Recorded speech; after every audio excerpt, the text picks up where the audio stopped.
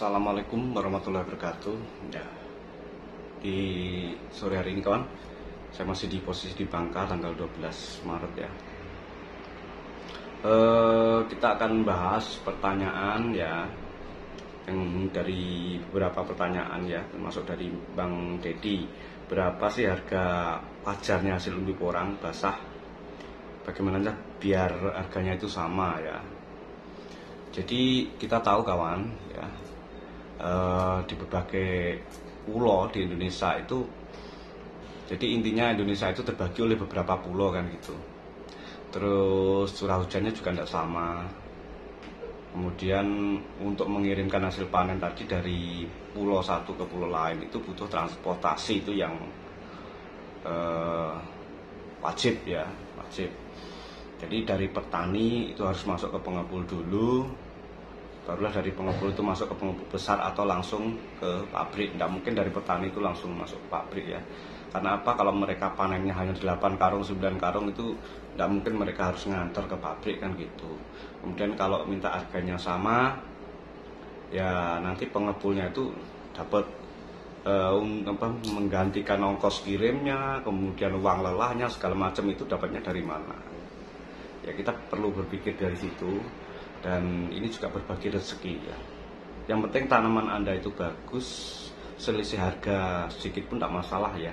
Kita rantai bisnis, ini rantai bisnis kawan. Dari petani nanti masuknya ke pengepul, pengepul baru masuk ke pengepul besar, lalu masuk ke pabrik atau pengiris besar ya. Itu sebuah rantai yang tidak bisa dipisahkan ya. Karena tanpa mereka kita tidak bisa menyalurkan hasil panen kita ya. Kalau dari petani langsung ke pabrik itu jelas tidak mungkin ya. Dan mereka juga butuh operasional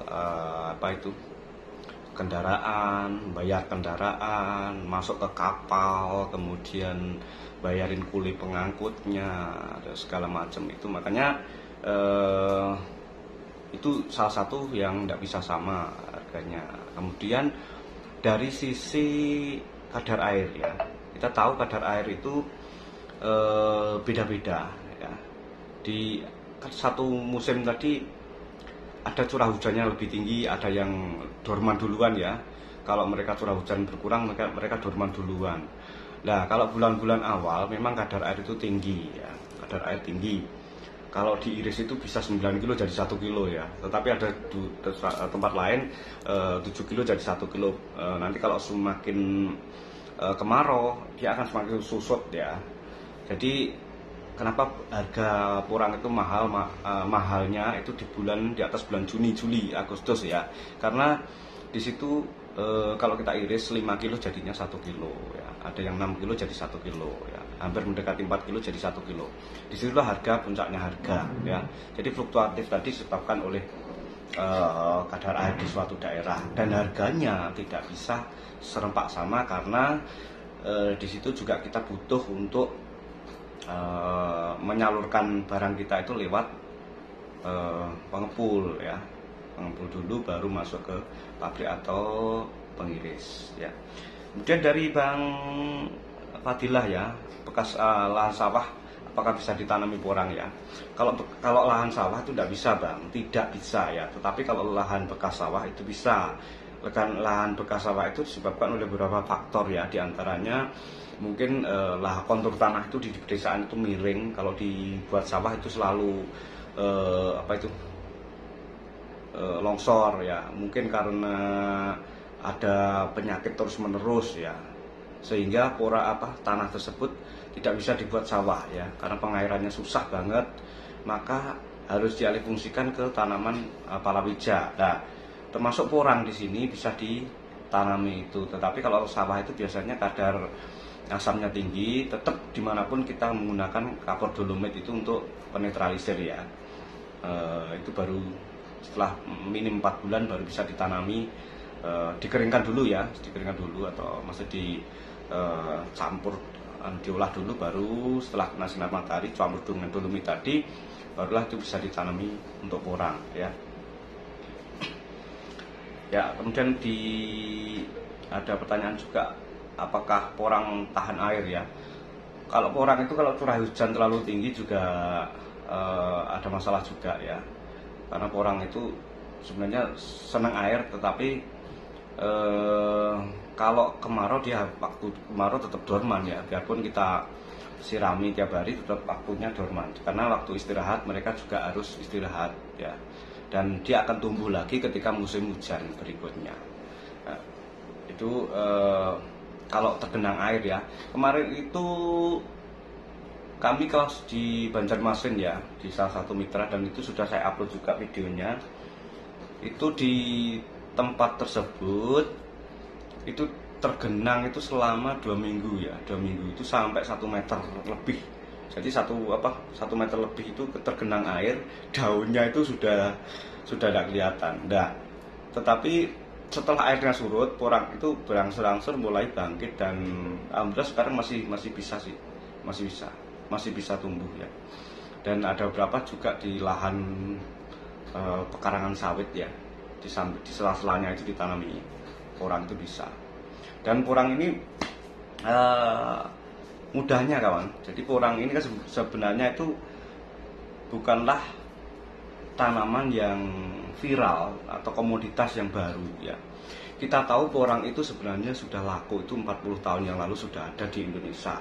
Tetapi kenapa orang-orang itu mengenalnya baru-baru tahun lalu ya? Ya karena dari keterbatasan informasi, keterbatasan media ya.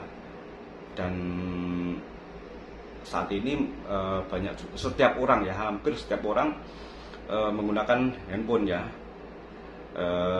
itu menambah informasi mereka. Tapi untuk yang pedesaan, yang dulu kan belum ada ya. Nah, itu keterbatasan informasi media tersebut mengakibatkan porang tidak dikenal masyarakat ya. Dan seiring dari perkembangan zaman ya, dari media tersebut mereka baru tahu tentang porang ya. Dan saya mulai tahun 2013 2010 saya sudah membuat blog di Google ya, itu blogspot. Itu saya senang nulis soalnya. Itu saya membuat blog di situ, www.porangkublogspot.com itu dulu. Kemudian di tahun 2014 saya mulai belajar akun YouTube itu, dan buat isi konten-konten itu. Dan di channel ini sebenarnya channel kedua saya. Yang channel yang pertama adalah padi porang versi lama itu yang saya buat isinya konten porang. Dan di channel ini tentunya setiap hari, dan kita isi terus dengan porang ya. Jadi porang ini bukanlah tanaman yang hal yang baru atau komoditas baru ya, karena keterbatasan informasi tersebut, maka orang baru mengenalnya baru tahun-tahun ini ya. Padahal kalau di Cina, Jepang sana itu bahasanya, kalau mereka itu koncak ya, kalau bahasa internasional koncak ya. Kalau porang enggak, itu hanya bahasa nasional. Kalau koncak itu lebih dari 400 tahun yang lalu sudah digunakan untuk makanan. Itu daerah Cina dan Jepang itu sudah lama sekali ya. Itu sudah mereka sudah mengenal porang untuk makanan, karena porang tersebut ya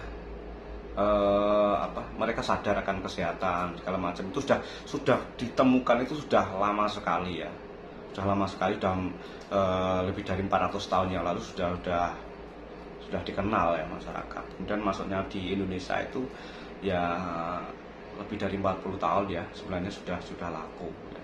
Dari harga 150 terus naik itu zaman kakek dulu ya. Kita harus merubah paradigma ya, paradigma lama ke paradigma baru. Kalau paradigma lama itu semakin banyak orang tahu, maka semakin banyak pesaing ya. Itu paradigma lama. Semakin banyak orang tahu, maka semakin banyak pesaing.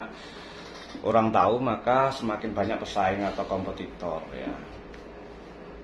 Tetapi kalau paradigma baru, dan kita harus merubahnya ya.